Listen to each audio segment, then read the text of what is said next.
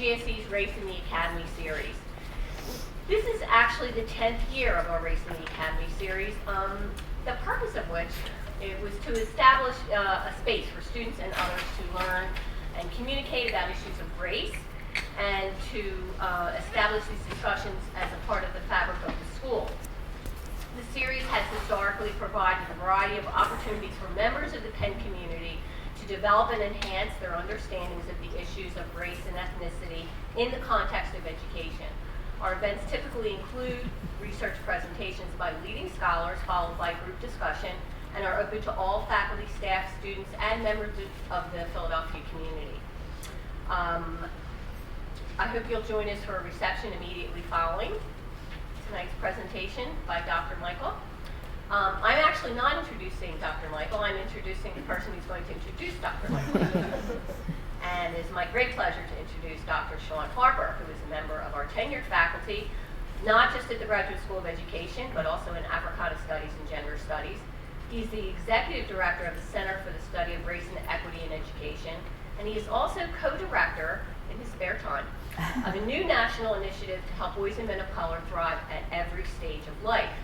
And this center is supported by the Atlantic, among other donors, sponsors, the Atlantic Philanthropies, the Kellogg Foundation, and the Annie Casey Foundation, known as RISE, which stands for, because you're not really a Penn unless you have an acronym for your identity, Research, Integration, Strategy, and Evaluation for Boys and Men of Color, will identify and better understand the strategies that ultimately improve the life outcomes for boys and men of color. This collaboration will focus on education, health, criminal justice, and economic opportunity and workforce development, with an aim to develop best practices, inspire new research, and bring together academics and policymakers to improve communities. Dr. Harper's research examines race and gender in education and social contexts, equity trends, and racial climates on college campuses. Black and Latino male student success in high school and higher education, and college student engagement. He's published 12 books and more than 90 peer-reviewed research articles and other academic publications, and he's received over $11.5 million in research grants. Please join me in welcoming Dr. Sean Harper.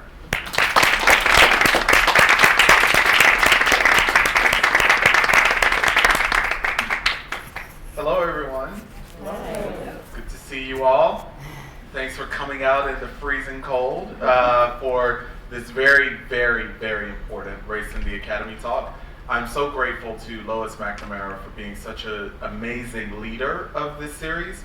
The series was alive and well before I came to Penn 8 years ago, and it's just been lovely to see it flourish under Lois's visionary leadership these past 8 years. So salute to you, Lois, for keeping the series alive, and for certainly recognizing Ali's work as being just right for the Race in the Academy series.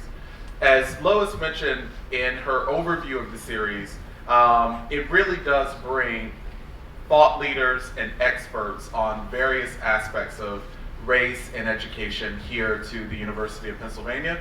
Ali Michael is an expert, no doubt about it. But I first met her as a student here. She took my critical race perspectives on education course. She was one of only a few white people in the room. I distinctly remember that Ali was very thoughtful and reflective, and she was her toughest critic around the space that she was occupying in the course. She very much wanted to be a learner in the course, and I was so impressed by her thoughtfulness, right? That same thoughtfulness is reflected in her book, Raising Race Questions. That same thoughtfulness was in fact reflected in her doctoral dissertation. Howard Stevenson was her chair, and Kathy Schultz and I were on the committee, and we knew then that Ali was an emerging expert, but for sure her expertise is reflected in the pages of this book. I would be remiss if I didn't take a moment to just acknowledge that Raising Race Questions was published by Teachers College Press as part of its Practitioner Inquiry series that our dear colleague and friend Susan Lytle co-edits. And Susan, I would just like to publicly thank you for providing a platform for Ali to do the important work that she's done in Raising Race Questions. So thank you for your leadership of that series. Ali Michael went to Williams College as an undergraduate. She has a master's degree from Teachers College at Columbia University, and her PhD is from here at University of Pennsylvania and Penn GSE. She is a highly sought after speaker and workshop facilitator and consultant. We were very lucky last year to convince her to spend a little less time doing private consulting work and instead spend more time with us in the Center for the Study of Race and Equity in Education. She came aboard as our director of P12 Partnerships and Initiatives, and she's done such amazing work. She's such a great friend and thought partner and problem solver and race question raiser and all of these just amazing things. She's one of the best, absolute best people I know. And it's because she has great parents who are here to support her. She has a great partner, Michael, and two really beautiful children, Tina and Sammy. She's a whole person, and I think she brings that wholeness to our center for sure. She brings that wholeness to our friendship, and she brought that wholeness to this book, Raising Race Questions. So without further ado, I invite the person that you came to hear talk about this brilliant work, Ali Michael. Oh, wow. Thank you. You're so amazing. Well, thank you.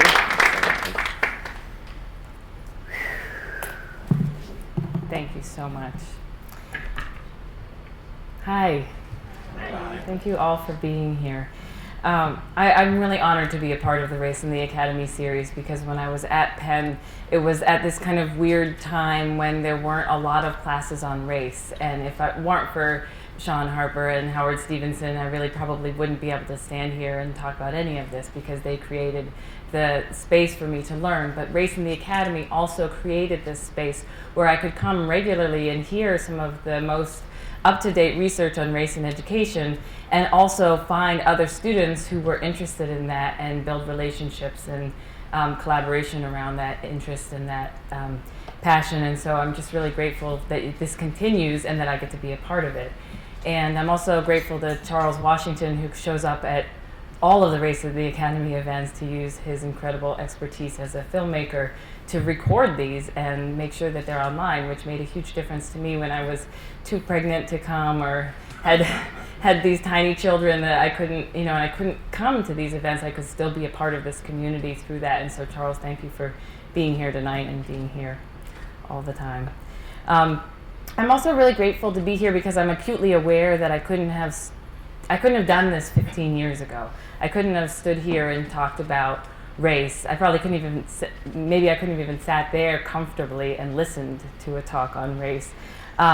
Because 15 years ago, I was a really scared college student who was really unclear about what it meant to be a white person and really unclear about my own racial identity.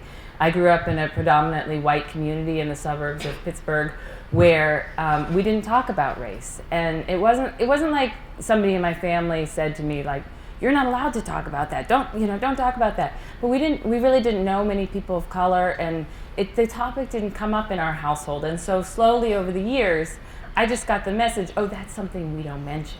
The same way that there are so many topics in families that you learn not to talk about by not talking about them.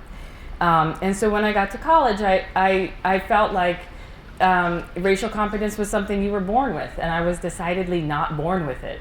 And beyond that, I think I really thought, well, people of color were born with it and white people were not born with it. And I showed up to my African American literature class freshman year, and every day that we had class, I just felt like there was this giant white light on me. And every time we read words like white supremacy or the great white savior, I would like imagine this light on me, and everybody was looking at me and thinking, well, I wonder what she thinks. And in reality, nobody cared what I thought. But they also didn't know what I thought because I couldn't get the words out. I didn't know how to talk about this. And it was a really long process of learning to recognize that this is something that I can get better at. I remember there's this one white girl in my class, Hillary Lay, and I would look at her and I'd think like, where'd you come from? How did you learn this stuff? Maybe you're actually a person of color just pretending you're a white person because you just seem so confident and confident. And then one day the answer was revealed. She was from San Francisco.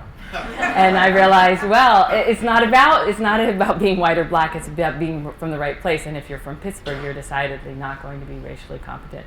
And I'm happy to stand here today just because I feel like I'm still on this incredibly long journey, and yet I feel hopeful that racial competence isn't something you're born with. The people of color I know who have racial competence have really worked hard to get it. And there are a lot of people of color who aren't racially competent. And in fact, there are some white people who are, unbeknownst to me, and that it's something that we can develop. It's not something we're born with. So thanks. Thanks for being here to share in this moment to witness that.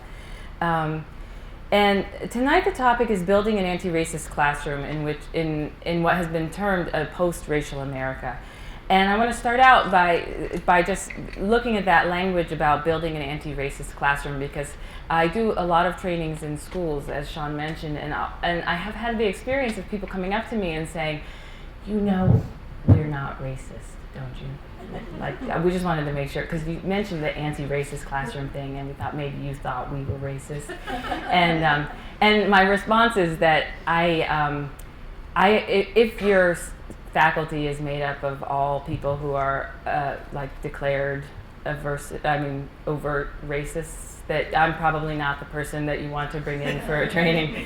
You might want the National Guard. I mean, there's like a lot of options in that scenario, but I would probably not be the right person. I don't go to schools to do trainings on anti-racism because I think that the teachers are racists.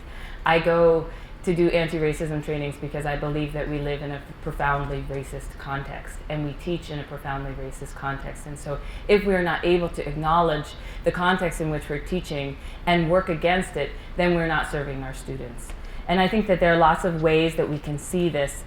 Race continues to impact educational outcomes, to describe the achievement gap, to influence opportunities about where we can be educated and even where we can live. Teacher expectations, which have a huge influence on student performance, are heavily influenced by unconscious bias. And also race impacts our experiences of school and on materials for learning. I think about my experience as a white child in the suburbs of Pittsburgh. I loved my teachers. I had great relationships with my teachers. I had a great experience of school. There were lots of characters I related to, lots of little white girls, Babysitter's Club, Clementine, Ramona the Great, Ramona Quimby, and there were lots of white characters I didn't relate to, but I had options. I had so many options because there are lots of books about white children that I could read. And if I had received messages that my group wasn't as smart, or that people in my group don't succeed in school, or that if people in my group aren't doing well, it might be because they're not working hard, that would have significantly impacted my experience of school. And that is the experience that a lot of our students of color have. So I just want to be clear that race and racism impact the experiences of all students as they move through school. And so creating an anti-racist classroom requires both acknowledging the impact of race and working to change it. So I'm going to talk a little bit about this book, Raising Race Questions. When I started this book, I really wanted to do research with teachers, not on teachers. That's another political commitment that I have. And like Sean said, I have, for the last many years, done workshops with hundreds of teachers in schools. And a lot of that work has made it into this book. But this book is also premised on work with 6 specific white teachers who were all engaged in... Is there something I can do so I don't keep popping this? Anybody have advice? It's actually not as bad. It's not bad for you? Decided. Okay, great. Okay, Yeah. great. 6 specific white teachers who were engaged in different inquiry groups. One inquiry group was was for Philadelphia school teachers at charter and public schools. One inquiry group was at a private Quaker school outside of the city, and one inquiry group took place in a suburban public school district. And these were teachers that gathered together to learn more about race and education and how race and racism impacted their classrooms. And it was all K-12. And my agreement with them was that I would observe them in their classrooms. I would observe them in their inquiry groups. We would talk regularly in informal and formal interviews, and I would tell them everything I was seeing. And the goal was not to see racism and name racism in their classrooms. And that's for a couple of reasons. There's a lot of good research that does that, and I've relied on that a lot as a teacher, wanting to know, like, what are some of the typical patterns that white people engage in as teachers that are racist or as oppressive, and I think that's important. But I wanted to be, I come from a critical race theory perspective, which says that racism is endemic and permanent in our society. And so I knew that I would see racism in these classrooms, and I didn't think that just pointing it out was sufficient. What I wanted to do was, I wanted to tell teachers what I saw. I wanted to know how they reacted to what I said. I wanted to support them in seeing it themselves. I wanted to know what supported them in seeing it. I wanted to support them to change it, to do something about it, and to continue to watch what was happening in their classroom and see what happened as a result of the changes they were making. And then I wanted to see, where were they getting stuck? What hang-ups did they have about trying to transform their teaching practice based on things that they were seeing that they were doing, or the unequitable things that were happening in their classrooms. I worked only with white teachers for a lot of different reasons. One is that over 85% of the teachers in our country are white, and so I think it's really important that we understand how, as white people, we learn about race, how white people learn about race. But also, I think that in education, we often scrutinize the outcomes of students of color without looking at, like, the institutions and the teachers and the whiteness that kind of shapes their context and their experience. And so Amanda Lewis is a sociologist who says she thinks one of the reasons we don't talk about white people and whiteness as, like, a racial group is because white people are often not framed. It's going to be a problem. Thank you. White people are often not framed as a group as like a racial group that's associated with social problems. So as a result, we don't tend to frame white people as a group. And I want to push back against that kind of mainstream perception of the white racial group, and say I think that white people are very much a part of all of the racialized social problems that we have in our society. They're a huge part of it. We are a huge part of it. And I think that's important to recognize, and I also think that when we do that, we can also see white people as a big part of the solution to the problems. But when we don't see ourselves when I don't see myself as part of the problem and of the solution, then it continues to be about other people. And I wanted to confront that in this work. So tonight I want to talk about 3 points that come out of this research with teachers. One is that a multicultural curriculum is not sufficient for building an anti-racist classroom. The second is that a teacher's job is to support the racial identity development of all their students, the positive racial identity development of their students. And their racial identity is their toolbox. And so if a teacher doesn't have a positive racial identity, then it's going to be very hard to hold any tools for supporting their students' positive racial identity development. And then the third is to talk about inquiry as a strategy for building anti-racist classrooms in schools. So all three of these points get to the question of how do we build anti-racist classrooms in anti-racist schools. And for the first point, I want to start with a story. So the first point is that a multicultural curriculum is not sufficient for building an anti-racist classroom. And I want to acknowledge that this point is something that I developed in collaboration with Dr. Shanika Coleman King, who was my colleague when I was here as a doctoral student. And we were standing in the parking lot one day after doing a training together, and this idea occurred to both of us, and then I followed it through in this work. But she's really the co-author of this idea. And I want to share a story about one school that I was in for an evening inquiry group, and this was an inquiry group that included not just teachers, but also parents. And so it was, the inquiry group had ended, and a couple of us were just sitting around, and one of the parents, who was black and had 3 sons in the district, they were all in the elementary school, said, you know, she brought out this book, and she said, I'm really struggling with this because my children's teacher read, my son's teacher read this book, and I'm really upset about it, and she didn't really understand when I went to her with the critique. And we said, well, you know, show us the book. And so she shows us this book. It's called Metal Man. And it's the story of a little boy who grows up in a neighborhood that has a lot of graffiti and a lot of abandoned buildings. And he lives in an apartment with his mom. And he doesn't have a dad. And he has this neighbor, the Metal Man, who makes art out of garbage. And he like transforms old metal into these beautiful, amazing sculptures. And throughout the book, the characters are all black, and throughout the book they speak African American vernacular English. And so she shows us this book, and we're looking at it, and I'm kind of like struggling. Like, I'm not sure exactly what's wrong with the book, but I can tell she's really upset. And I felt like the energy in the room was like we all wanted to honor the fact that she was upset, because it was clear that there was something wrong, and we weren't quite sure what exactly was wrong, and we wanted to honor her by not just like going along with it, but really understanding what it was that she was struggling with. And so we said, well, so finally one of the black teachers in our group said, what can you tell us more about what you found problematic about the book? And she said, look, my son is he comes to school every day. He's the only black child in his classroom. And every day, all of his classmates think that he's this child. They think he has only one parent.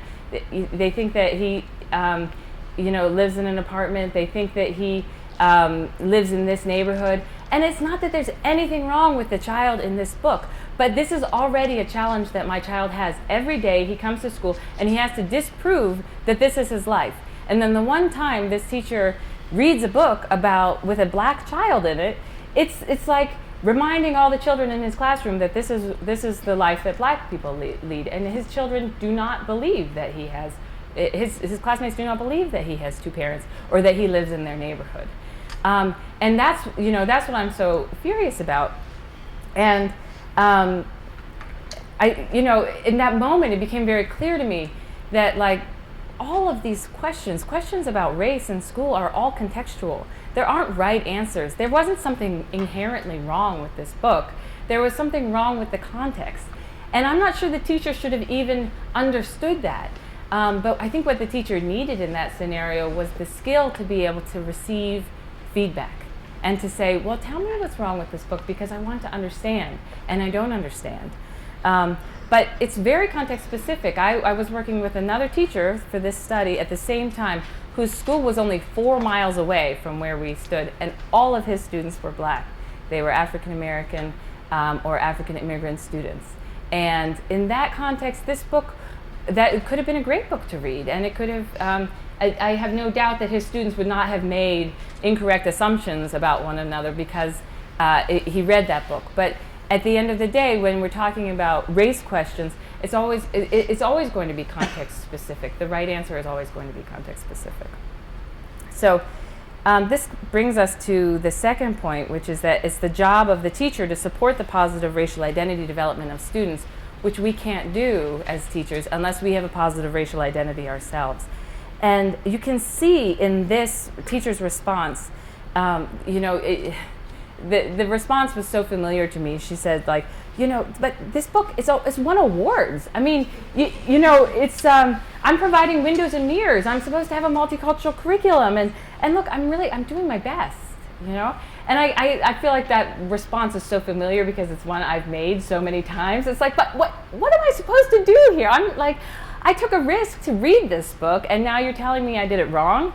And I think this just illustrates why it's so important to have a positive racial identity, because when you have a positive racial identity, you can take feedback without it threatening your the person that you are, or that you want to be, or that you think you are. And when you have a negative racial identity, it's very easy to crumble under the weight of feedback, and then you can't really live up to the person that you're trying to be in the first place. It's this idea that it's the job of teachers to support the positive racial identity development of students comes from a practitioner named Marie Michaels, who's at the Blake School. And I worked with her at a conference during an institute that she was running. And it was at the time that I was writing this, and it made so much sense to me as a frame for building anti-racist classrooms. Because I think that it makes sense to teachers that this is their work, because teachers love their students and they want to know, how do I support my students? It also fits with an understanding of child development, that we're always developing different parts of ourselves, including our racial identity. And it takes the conversation from this level where, I feel like I've spent so much of my time at this level of like talking about hegemony and racial, institutionalized racism and white supremacy, and at the end of the day, I'm like, well, what do I do in my classroom? I teach second grade. What does that do for me? How do I bring that down to a level that is approachable? And I think that's what it does. It brings the notion that we live in a racist society and that we need to do something about that to the individual level of the teacher and plays to the teacher's strength. Your job is to support students' positive racial identity development. It's also a proactive task. We often have, it's like, well, I'm not supposed to say black, but sometimes I'm supposed to say African American, but I'm never sure what. And I'm not supposed to make microaggressions, but I do anyway sometimes. And we have like a long list of things we're not supposed to do, and I think it makes us like all run around like paranoid idiots, like trying to figure out, make sure we're not doing things. And I think to create anti-racist classrooms, we need to have some proactive tasks. And so that's what this is. So I want to talk a little bit about racial identity. For students of color, having a positive racial identity means feeling good about oneself and one's racial group, but not just feeling good about oneself. It's also being able to deflect and respond to racism in ways that are self-protective and resilient. This is some of the work that Howard Stevenson does. I worked on his research team for about 4 years when I was at Penn. And we would work with kids around, what do you do when somebody calls you the N-word? And you need to know how you're going to respond in ways that are going to maintain your dignity and also won't get you expelled. And that was the task. It was a very fine line to walk between maintaining your dignity and not getting in trouble. So you can see that having a positive racial identity, it's not just like, I love myself. It's also about navigating in a world in a racist context. And a negative racial identity is really one that's based on biases and untruths.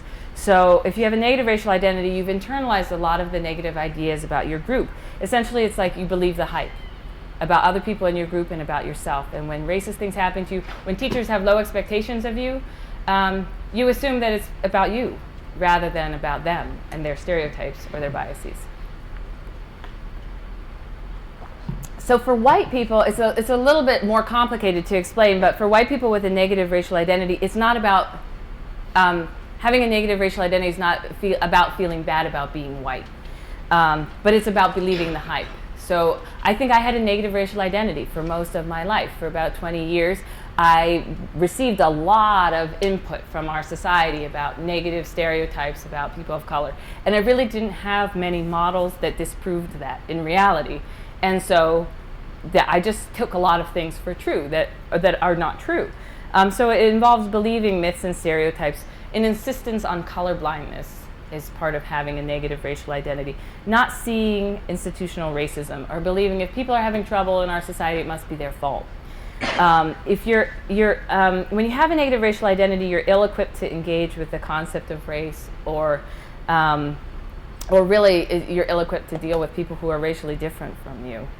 Having a positive racial identity is not really about feeling good about being white, But it's also not about feeling bad about being white. It's not about that. It's about understanding what it means to be white in the context of a racist society and how that impacts your relationships, your opportunities, and your interpretations of events.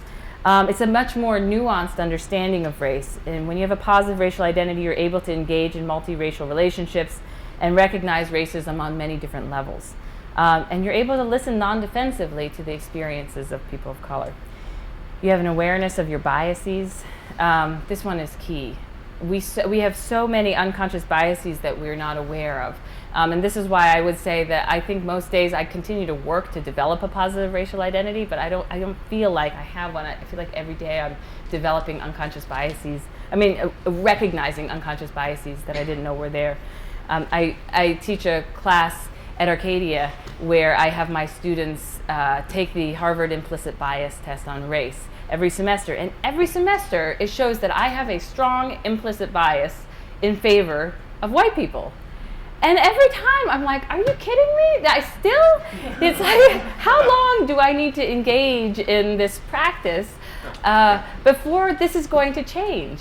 And I think, so I spend a little bit of time being outraged and thinking, this test doesn't work. And then I realize, actually, I spent 20 years with a negative racial identity. Why would I think that I can just undo all of that time with 16 years of engaging in, attempting an anti-racist practice? I can't. And maybe it's not about not having biases. Maybe the biases are always going to be there. Tim Wise talks about his grandmother being this really wonderful liberal person, and then as soon as she developed Alzheimer's, she started spewing all this racist stuff that was there in her unconscious that didn't come out when she was consciously controlling it. Is that my fate? I don't know. But right now, I just have to believe that I owe it to myself and to my students to recognize that that bias is there, to see it, to recognize it, and to be conscious of it, and not to pretend that because I've read this book or written this book now, that I actually am exempt from racial bias. And then when somebody points out something I've done that's racist, I can say, that's probably true. I need to hear more about that. Thank you for telling me, because I know that that's there. So in psychology, they talk about, if let's say the therapist has a negative racial identity and the client has a positive racial identity, they call that a regressive relationship, because the person who's in kind of the position of guiding hasn't been through what the person they're guiding is going through. And you can see that in the relationship of the mother and the teacher. The mother, in the Metal Man example, has a positive racial identity. She thinks about race all the time. She's constantly skillfully navigating a predominantly white school district where her sons are the only black people in their classes, and she has to do that on a daily basis. The white teacher really has one black parent that she deals with, and otherwise she deals with white people all day and white children all day, and so she doesn't have as much time to practice and to build her competencies. And so in their relationship, the teacher was really unable to support the mother in that situation. Are there tools we could have given that teacher in that moment to support her? Sure, we could have taught her to listen to the feedback that you get, ask questions about the feedback, validate the experience that people tell you about. But I believe that if you have a negative racial identity, you can try to listen and take the feedback, but in the back of your mind, you're thinking, this mother's being oversensitive. She's giving me a hard time. She thinks because I'm a white person that I'm not going to get this, and she's right, I'm not getting this, but she thinks that's because I'm white and I can't get this right. And so if that's the case, even if you're using those skills, it doesn't come through. It doesn't build trust. And if you have a positive racial identity, you might not have those skills, but you might be willing to say, I don't understand this, but I want to listen and I want to validate. I know racism is real, and so even though I don't understand how it's working right now, I want to understand. And that's what I mean when I say that your racial identity is your toolbox. We can't teach people skills for building an anti-racist classroom unless they're already doing the work to develop their racial identity in a positive way. So I want to say a little bit about building a racial identity by talking about racial competence. Howard Stevenson talks about, the whole idea that racial competence can be learned that I started by talking about is something that I got from Howard Stevenson. I might not even believe that about myself if it weren't for him. And he talks about it as when you go into navigating a situation of racial stress, that often we perceive that as a tsunami. And so if I'm stressed out about something that's happening, I think that I'm basically going to be crushed and drowned, and everybody in my life is going to be crushed and drowned. The tsunami will ruin us. And he says, don't think about racial stress that way. Think about racial stress as a mountain. It's a force of nature just as great and just as imposing, but it's something that we can handle. It's there. It's not going anywhere. And we're going to assemble a team, and we're going to get our energy bars or our, dried pineapple or whatever it is you like to take on hikes, and we're going to pack some water and get some maps, and we're going to scale that mountain together. And that we can do that, and we can build the competence, and we can work towards that. But if we see it as a tsunami, there's really no hope in that. And so in the book, I try to transfer that analogy to Carol Dweck's research on mindset, where she talks about the difference between having a fixed mindset and a growth mindset about intelligence. And she says that what happens in schools is in mainstream society, we teach that intelligence is fixed. You take an intelligence test when you're 6 years old, and that's your IQ, and that's what stays with you for your whole life. And you can't change it. You can't do much about it. And she says this isn't true. In fact, intelligence is very malleable. We know that it changes over the lifespan, and we know that there are things that you can do to grow it. And one of the things you can do to grow it is take risks. And the problem with the way that we talk about intelligence as the way we have a fixed mindset about intelligence, is that people don't take risks when they're called intelligent.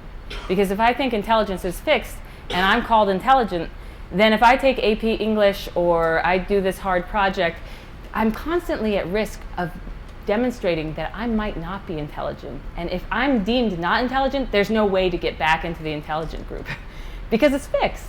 And so I'm not willing to take risks that might expose me as unintelligent.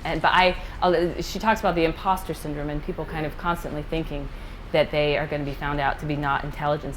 And the problem with that is that one of the ways you grow intelligence is by taking risks. And so the very way we talk about it makes it harder for people to grow their intelligence. And I think the same thing is true with racial competence. I believe that it can be grown, as we've talked about.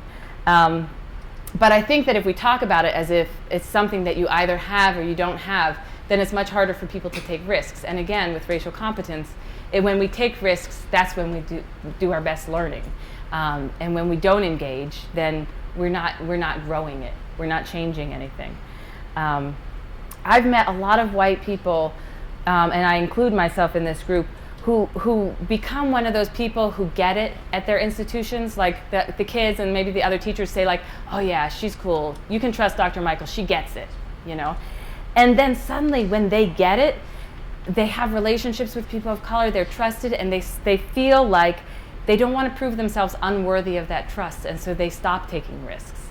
And they start to minimize themselves or start to stagnate. Or start to continue to kind of reinforce this binary of like there are some of us who get it and some of us who don't. And they become paralyzed. And so a part of why I want to name that situation is because I think we need to interrupt this binary of there's some people who get it and some people who don't get it. I'm going to read for you from Chapter 3 a definition of racial competence. I define racial competence as having the skills and confidence to engage in healthy and reciprocal cross-racial relationships, to recognize and honor difference without judgment, to notice and analyze racial dynamics as they occur, to confront racism at the individual, group, and systems level, to cultivate support mechanisms for continuing to be involved in anti-racist practice even when it's discouraging or conflictual, to speak one's mind and be open to feedback on one's ideas, to ask for feedback about one's ideas and work, and to raise race questions about oneself and one's practice. Racial competence correlates highly with the characteristics of a positive racial identity status. So I want to tell you one more story on this point about developing racial competence, which is this teacher who was in my study. His name's Sam, and he was kind of a thorn in the side of other people in his inquiry group. He actually joined the group because he got wind of the fact that they might be trying to get rid of AP English and he didn't want that to happen. And so he joined and was not like a very willing participant at first. But throughout the course of the year, he started going to conferences. He went to the People of Color Conference and the White Privilege Conference. And he started having a change of heart and seeing how white his curriculum was and how the ways that he taught his curriculum really kind of favored white students. And he started to want to talk about this and to really be more a part of a conversation about this. And I don't think this is easy. But I think he needed people in his school to see that he was changing, because he wanted to be one of the ones who got it, but there was this kind of like invisible line between the people who did get it and the people who didn't, and he was kind of stuck over there. He didn't get it. And I think what was sad about this is that it limited his growth. But I think even more importantly, I think it limited the growth of everybody in the faculty, because if you think about it, like in some schools, people stay for 20 years. And if people aren't, if we can't expect people are going to change in the course of 20 years and accommodate that change, then we're in big trouble. And I think that, you know, if you're trying to kind of create an anti-racist school or an anti-racist classroom, you need all the support you can get. So when you have somebody who wants to cross over and be on the team, there have to be ways to include them and to support them. I think in general, schools are really shaped by the negative racial identity status. It's like, you know, that's a developmental thing for individuals, but it applies to schools as well.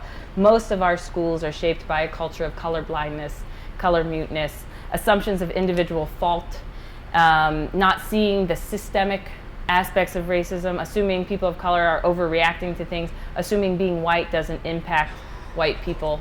And I think that I think that we need to start approaching this work as needing to shift that culture. And shifting a culture requires that we move as many people as we can from this side to that side, but also to break down that false binary. Another way this kind of shows up is that we have this mythology that there are white people, anti-racist white people, and there are racist white people. And I think that's a false binary. I think that at the end of the day, all white people benefit from a system of racial oppression. And so I think as a result, every day there are bits of racist and anti-racist in each one of us. And the more that we can see that, the more we can support all people to shift to a place of a positive racial identity. Okay, you ready for the third point? Are we good? Okay. So the third point is raising race questions, which is using inquiry as a strategy for anti-racism and building anti-racist classrooms. Learning about race and racism, developing a positive racial identity, is a process that is intensely personal and takes a really long time. So this is something that's really hard to mandate, you know, like you will transform yourself. And it's also really hard to do in a 2-hour professional development session. And so what I've seen from inquiry groups is that they're a really powerful way for teachers to opt into a process of personal transformation where they'll have the space to think about it and talk about it over a long time. And it's a practice. It takes practice. It's like exercise. You have to do it every day, right? Some people do it every day. You're supposed to, but that's what I hear about exercise. And I think for people of color, it's a much more common daily practice, and not because people of color are so great and amazing and want to have positive racial identities, but because they often wake up and racism lays itself at the door, you know, or systems and institutions lay racism at the door. This is what you will deal with today. And so you're forced to contend with it in a way that I think for white people, often we have to like seek it out. Like if I want to understand and talk about racism, I have to put myself in places where that can happen because it doesn't lay itself at my feet in the same way. Inquiry is a strategy for engagement that's not mandated, but it supports small groups of people to start shifting norms. What does it look like? Inquiry is not about finding answers. Inquiry is about asking questions and engaging in a process around those questions. It's most successful when it leads the inquirer on a spiral path which continues to deepen in a process of inquiry, asking questions, and then learning learning things in response to that question, and then taking action based on what you learned, and then reflecting on that action and the impact of that action, and then asking more questions and continuing to deepen the spiral, and not to assume that you're going to have one answer. Just like with Metal Man, there wasn't one answer to, is this book the right book or the wrong book? It is a process. Teachers that I worked with started out asking very important but like almost logistical curricular questions. So at the beginning of our work together, they would ask questions like, how do I find good resources that are inclusive of many racial backgrounds? That's an important question. But it's also a question that you can like find the answers to on Google, or you can ask a librarian. And it's worth doing research on that question, but just like with the teacher in the opening scenario about Metal Man, she didn't know how to vet the resources. She could find resources, but then what do you do once you find them? How do you know if it's the right book to read? And then how do you talk to the parent who's angry? Once you've decided that it is the right book to read, how do you respond to the parent or to the children who are confused about the message they're supposed to be receiving from this book? The teacher didn't know how to teach the book in a nuanced way. And I think, so this point about having an anti-racist classroom is, it is about curriculum, but it's not only about curriculum. It's about communication style, discipline procedures, norms of behavior, noise level expectations, relationships, seating arrangements. The aspects of classroom life that are impacted by race and racism it's endless. It's not just about curriculum. And so if our inquiry questions are only based on curriculum, finding the right materials, then we're missing something. So as we worked together, teachers started asking questions about students, and then they started asking questions about themselves. So some of the questions they asked about students include this one question from a second grade teacher. She said, even my one kid, he talks, I don't know how to say it, but he talks in a black dialect, if that's the way to say it. How much do I correct him? And I think this question is so important, not only because, she's a teacher who has 15 kids who don't speak in black vernacular every day, and one who does, and she needs to know how to support him, and whether she's supposed to correct him, what's her job in that.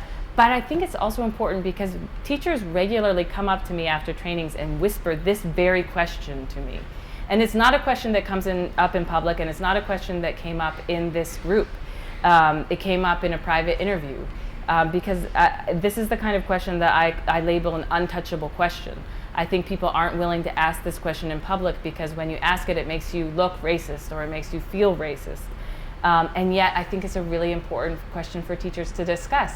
And again, there isn't a right answer about this question, but there are a lot of people who should be weighing in on it, including students' families, and a whole lot of experts who've written about teaching standard English and black vernacular, and other teachers in the school. There is a lot of process that needs to happen around this question. Another question that a teacher asked that I thought was particularly valuable is, why is everybody in the AP class, the AP English class, white? Why are all the students white in the AP English class? And this was a really hard question to ask. But my argument was, if we had an AP math class and all the kids in the class were boys, we would be asking questions about that, and we would be naming it, and we would be seeing it. But we don't see it when all the kids in the AP English class are white, and we need to be able to start to see it so that we can ask questions about why that is. And then the third kind of questions that teachers asked that I thought really was like the heart of inquiry was when they started asking questions about themselves. And they would, this teacher asked, do I yell at my black students too much? They make more noise than everybody else. That's how the question started. And then after weeks of refining it together and doing research, going through that process of inquiry first and then learning, we started reading articles on noise and race and noise level interpretations, and she started to ask, how am I defining noise and distraction? And is my definition shaped by my being white? And I think that's kind of the crux of inquiries, is taking it back to the teacher and asking, what is my role in this? Again, taking the spotlight off of students of color and putting it on ourselves. This question draws the teacher into the conversation, and it makes it so that the children the students of color are not the only ones in the room with a race. So there are a number of things that can stop or stall the inquiry cycle, and I call these things the inquiry impasse. If we go back to the question, why are all the kids in the AP English class white? There's one way of answering that question, which is called I call it a perfectly logical explanation, which is an explanation that focuses on individual intention or logistical circumstances while failing to acknowledge repeated patterns or racially inequitable impact. So, well, you know, all the kids in AP English have been in the school since they were in kindergarten, so they have the advantage of the English program all the way through. That might be true for some of the kids in the program, but I doubt it's true of every kid in the class. And I imagine there are some kids who are not in the AP English program who've been there since kindergarten. Then sometimes we use myths. Like myths, I think the tradition of myth construction is to provide answers to phenomena that are not well understood with stories that we tell. So some stories that get told in schools about disproportionality are, well, the black kids aren't in the English class because they work 2 jobs after school, or they don't care about English, or their parents can't help them with their papers. And that might be true sometimes, but it's not true all the time. And it's also not untrue of the white students in that class. And so I think that when you find an answer to an inquiry question, you have to stop and think, is this really an answer or is this a myth? Is this a perfectly logical explanation that actually doesn't hold weight? And to try to continue through the inquiry as a process rather than having answers. The final inquiry impasse that I found was that we often leave out, or the teachers in my study at least would leave out students who were neither black nor white. It was like in raising race questions, those are the groups that we see. And that's partly because of the demographics of schools in and around Philadelphia. But in most of these schools, there were 1 or 2 students who were Latino or Asian American, and they didn't get asked about. And I think that's partly because they didn't take up as much space on the radar. But in some ways, that makes it even more important to ask questions about them because they're kind of holding this particular space in the school where they're the only one of their group.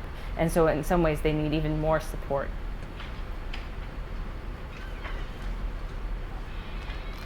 So I want to say one more thing about my relationship with teachers, which was that they knew in signing up for this that my goal was to talk to them about what I was seeing in their classrooms that was racist and work through it with them.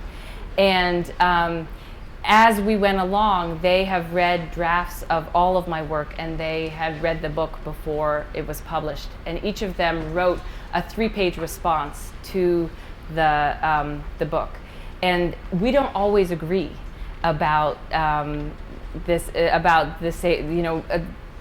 particular scenarios. And I think that that's what makes it so dynamic, is that every race question, when you answer a race question, or when you engage in a process around a race question, it's always going to be context dependent. And so I, as a researcher, am going to answer it differently than teachers in classrooms are going to answer it.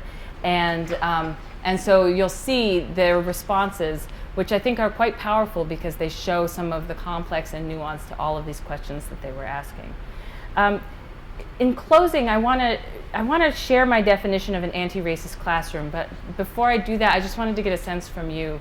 I feel like in order to work towards anti-racist classrooms, we have to be able to name, well, what are we even looking at? Like, what are we going for here? What would an anti-racist classroom look like?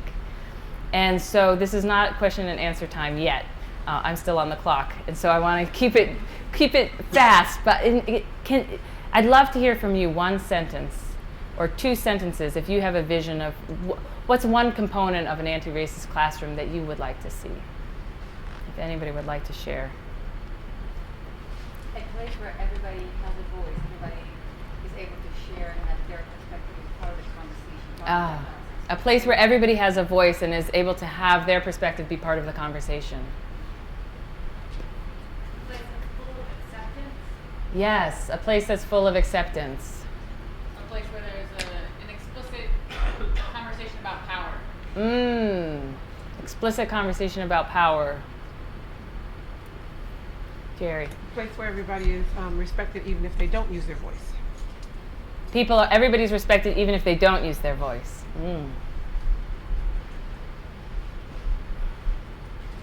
Colin. A classroom in which teachers advocate for students of color more so than the students themselves. Oh, wow. Teachers advocate for students of color even more than the students of themselves.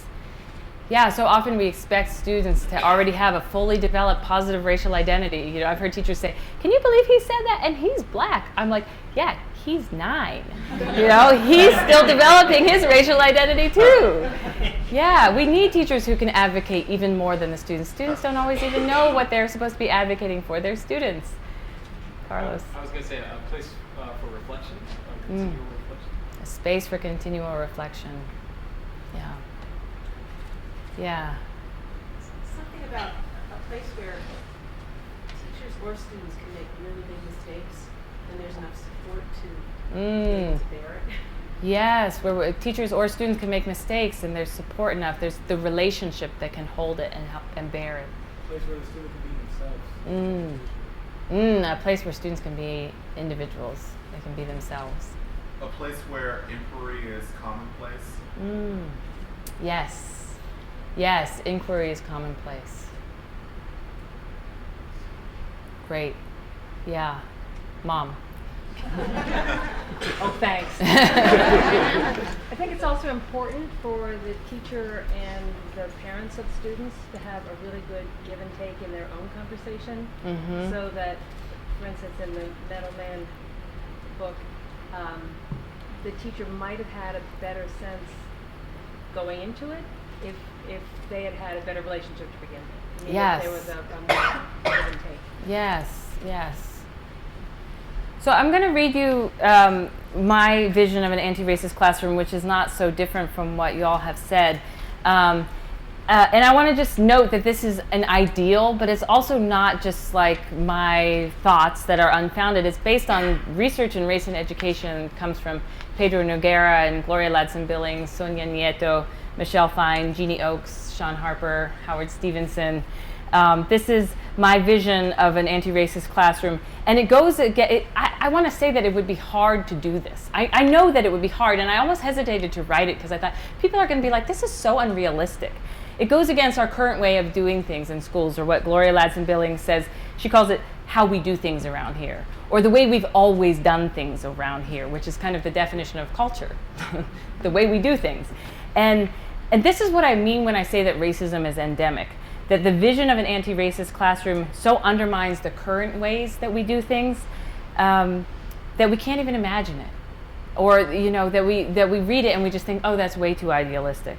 But in the course of my work, I've met so many teachers who are ready to sign up to change the way we do things around here because they know that it's not working and because they love their students. And so I put it out there as a vision, even though I know that it's idealistic. For me, an anti-racist classroom is a classroom in which the teacher is aware of their own biases and the way those biases affect how they see their students or their students' families. The teacher understands that others might have those biases as well and works to challenge or confront them when they see them showing up. An anti-racist classroom is one in which the teacher feels comfortable putting students in same race groups or different race groups according to what makes sense for the students' needs and support. The teacher understands the different factors in this decision and is able to justify the decision to people who question it. It's a classroom in which equity is a priority, so teachers differentiate not only by academic skill level, but by behavior and need as well. In an anti-racist classroom, students learn to recognize and resist stereotypical messages that make them question their own intellect or that of their classmates, among other oppressive messages. An anti-racist classroom is one in which teachers understand that race is a part of every student's identity and that it is never all of who a student is. Teachers work to get to know students and their families, their interests and ideas. Teachers have the racial proficiency and the social skills to be able to form relationships with and ask questions of all the students and their families. Teachers understand the value of speaking more than one language and see students' linguistic abilities as assets, whether they speak Spanish, Korean, American Sign Language, African American Vernacular, English, Hindi, Haitian Creole, Arabic, Hmong, German, Portuguese, Wolof, French, Mandarin, Vietnamese, or any other language. Teachers support the ongoing development of students' languages and encourage families to do so as well. An anti-racist classroom challenges and resists structures that reinforce socially constructed racial categories, such as academic tracking. I believe that an anti-racist classroom would not have academic tracking. Instead, the students would be grouped heterogeneously by skill level, and teachers would have the resources and the knowledge for instructing heterogeneous groups so that students with advanced skill levels would be challenged at their level, while students with lower skill levels would be challenged too. Curriculum is certainly part of an anti-racist classroom. An anti-racist classroom has a curriculum that portrays the historical contributions of people of color and the connections among racial groups. It goes beyond an additive holiday and heroes approach to change the entire structure of the school year so that all students develop the capacity to understand the complexity of U.S. society, to see contemporary and historical events from the perspectives of diverse groups and are able to problem solve about current day problems. An anti-racist classroom also recognizes the hidden curriculum that's communicated to students every day through their environment, such as the disparities in the racial makeup of the cafeteria staff and that of the administrative council. An anti-racist classroom encourages students to recognize the hidden curriculum and to critically analyze it. In an anti-racist classroom, the curriculum is rigorous in a way that demands the best of each student and holds them to high expectations, even if it's not a lesson on race. In math class, students become proficient mathematicians, able to pass tests and perform the tasks required on the life paths they choose. They might spend some time learning about great mathematicians who were of their race because that's a lesson that supports positive racial identity development. But they'd also learn the concept of stereotype threat and tools for combating that psychological threat that can undermine math learning if not confronted. They would have access to math affinity support groups in which they can learn such concepts while developing relationships and their racial identities as mathematicians. The teacher would understand and use strategies for undermining stereotype threats, such as making study groups mandatory and creating opportunities for students of all races to share the struggles they have with math. Most important, the students would rigorously master math concepts and skills. An anti-racist classroom recognizes the different class backgrounds and parental education levels among the students and creates structures to support students according to their needs rather than continuing to use a structure that's based on the assumption that all students are from middle class or upper middle class families and have parents with college degrees. An anti-racist classroom recognizes different methods and styles of communication and validates them all as resources rather than as deficits. It uses games, activities, and intentional seating patterns and pairings to interrupt group dynamics that routinely exclude or alienate particular children. In an anti-racist classroom, the teacher is open to feedback. They hear stories about a student's difficulty or a family's discontent and use them as data from which to make change rather than as threatening feedback that demands an explanation. In the same vein, anti-racist teachers feel comfortable raising race questions, even untouchable ones. Even the classrooms of most racially proficient anti-racist teachers do not look like this, obviously. The image of an anti-racist classroom is a sight to set our eyes upon so that we don't get lost in the day-to-day slog of looking just one step ahead. This is also incomplete and requires the input and vision of readers and teachers and parents and students. Thanks.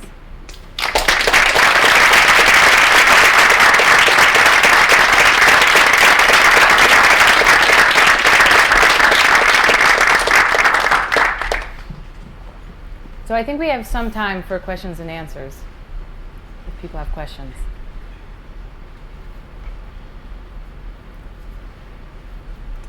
My question is towards the curriculum change you spoke about and the teachers wanting to do that.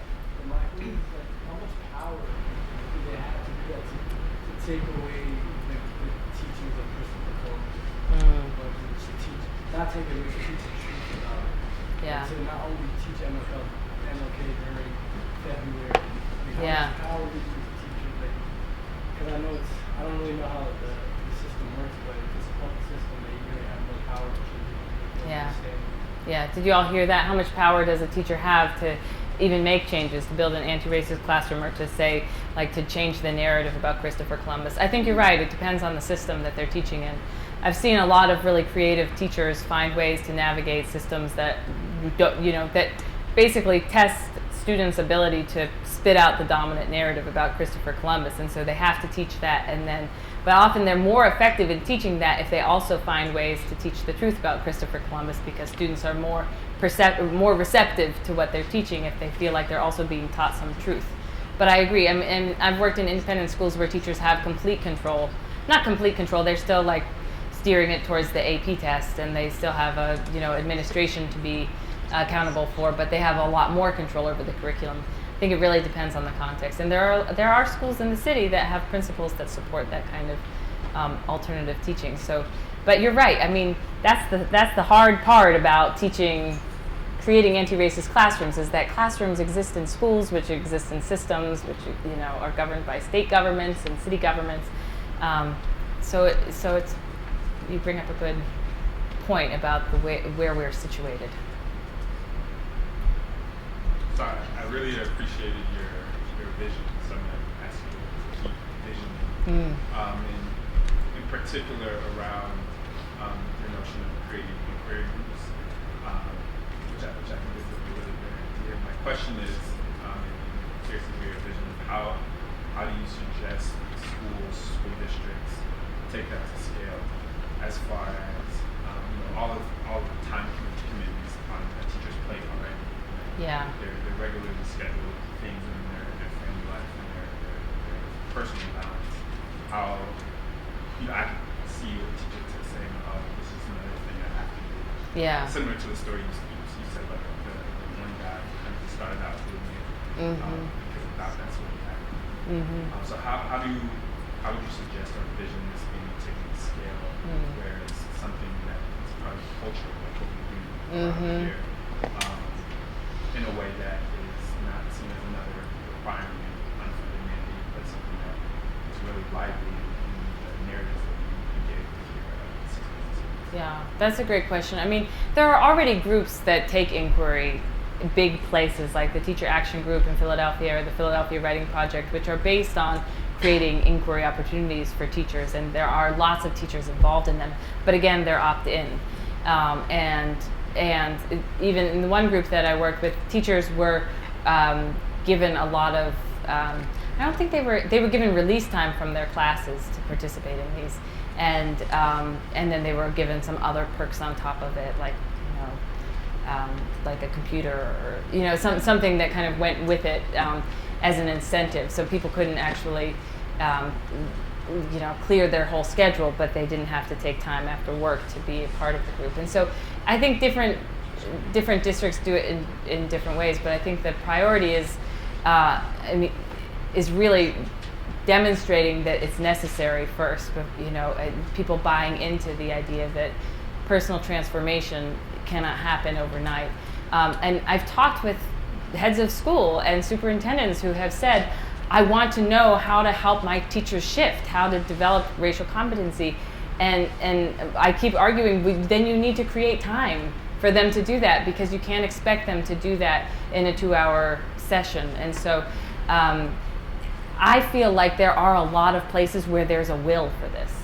And I think I take your invitation to continue to vision the way, because I don't actually have a solution except that teachers do need time in order to, and they also need to be supported, and that if you go through this process, that as you grow and change, we're going to support what emerges, which is a person with a positive racial identity who wants to challenge the system, and there are schools that are ready to rise to that, and some schools that are very intimidated by that. Ali, great talk, great book. And I think Dimitri's question is a really good one. Could you maybe talk about socialization, right? The socialization of teachers to value inquiry as a part of who they are and their professional practice, and maybe even the role of schools of education and other spaces where teachers are prepared to sort of value inquiry in this way? Well, it's interesting, like as I would meet with teachers throughout the year, I thought this was going to be really annoying to people. Like this person showing up and like, want to talk about race again? It's time! I'm back. And almost to a person, everybody was like, oh my God, thank God you're here. You're my therapist. I need this. I have all these questions. I have all this stuff that's been coming up that, all this stuff that happened since you were last here. And they needed a place to talk about it. And they also needed therapy. I mean, they needed me, and they also felt like the one teacher was like, the question about the noise thing, she's like, that's totally related to my dad and the way that he expressed anger, and I need to process that because I have this automatic reaction that occurs not because my students are black, but because when they are loud, I hear my dad, and I have anger issues that come from that. And so it was like this kind of constant process of uncovering the way that our unconscious biases are also related to our like psychological, spiritual selves. And so in terms of socialization of teachers, I feel like what we need to recognize is that we are educating the whole person. That to become a teacher, you not only need to like have this list of cognitive abilities and like this a set of skills, but that you need to have almost the training of a therapist, or not the training of a therapist, but like the practice of going to therapy to process the way that we react to things, and then also the idea that who you are. I mean, this is true of all teachers. The racial toolbox thing is true about racial competency, but it's just generally true that you are your tool. If you're a teacher, you are a tool, and you need to be supported and well-oiled to be able to be effective. And so the socialization of teachers in this capacity would require honoring their whole selves and supporting them to see the way that that all the different parts of themselves contribute to their capacity as a teacher.